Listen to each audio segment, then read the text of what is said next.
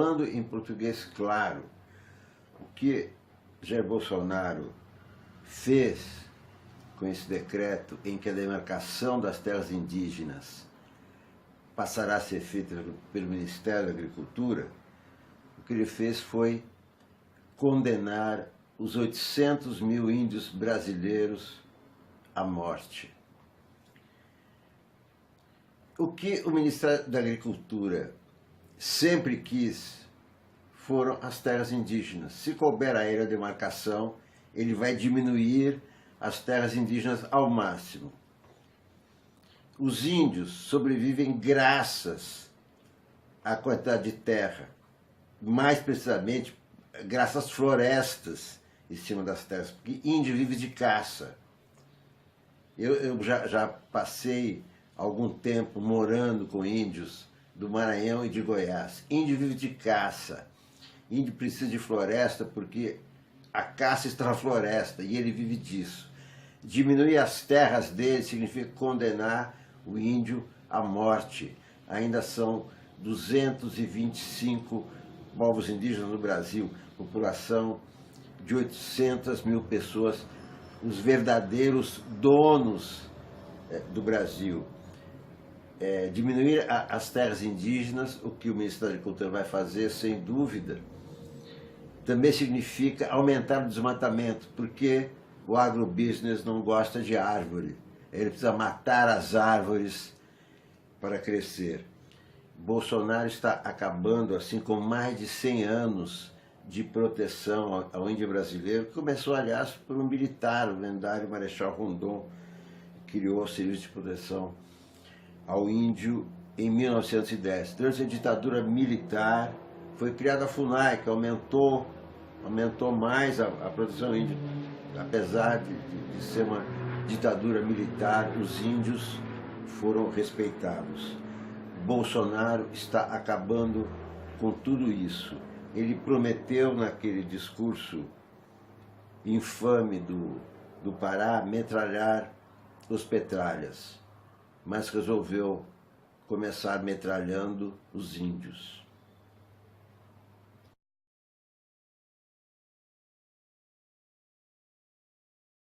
A FUNAI agora, ela foi colocada como a ministra de Direitos Humanos. E a demarcação de terras vai sair da mão da FUNAI, a demarcação de terras indígenas. O que acontece com a política indigenista do Brasil? Nós, ao longo dos anos, fomos colocando na cabeça que o importante para caracterizar uma política indigenista independente e construtiva para o índio era distribuir terra. Eu vivi o problema.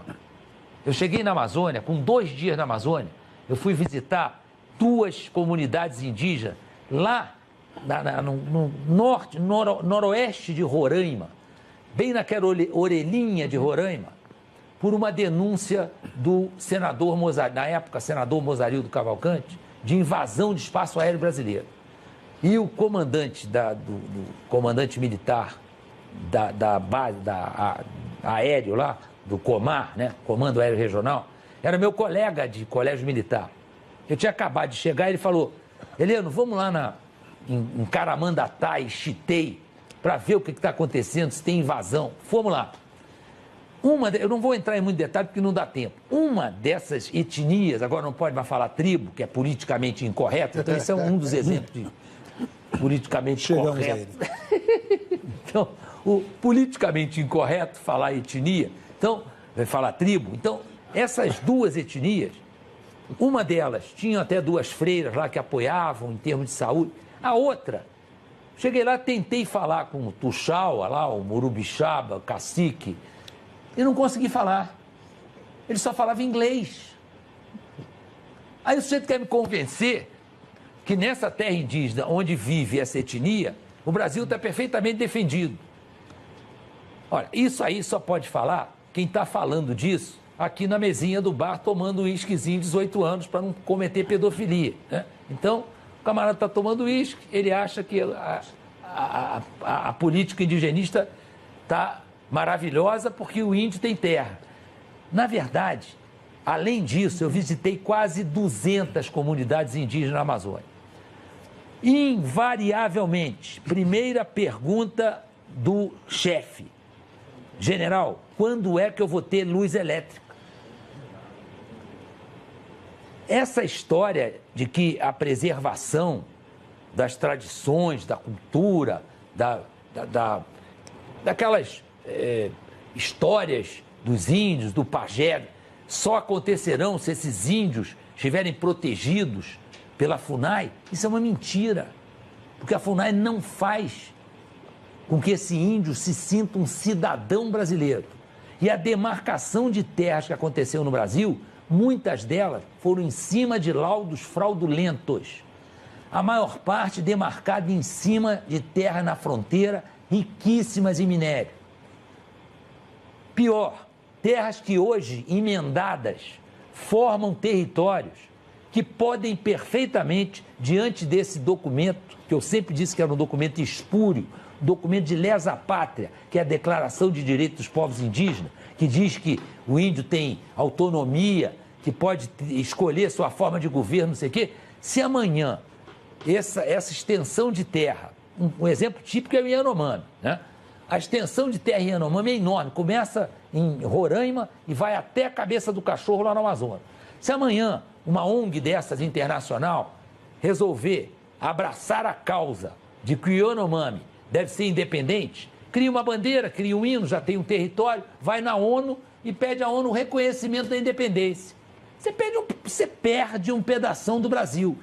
E se você dissesse assim, mas esses índios vivem muito bem. Os índios da Cabeça do Cachorro, acima da cachoeira de Uaupés, que é o Alto Rio Negro, passam literalmente fome. Tem um documentário do Fachel excelente, mostrando os índios morrendo de inanição, morrendo por não ter remédio para cuidar da doença, e não conseguem pescar porque não tem peixe. O pH do Rio Negro, acima de Uaupés, não permite ter peixe. E a gente aceita isso passivamente. Isso é um assinte aos direitos humanos que tanto falam.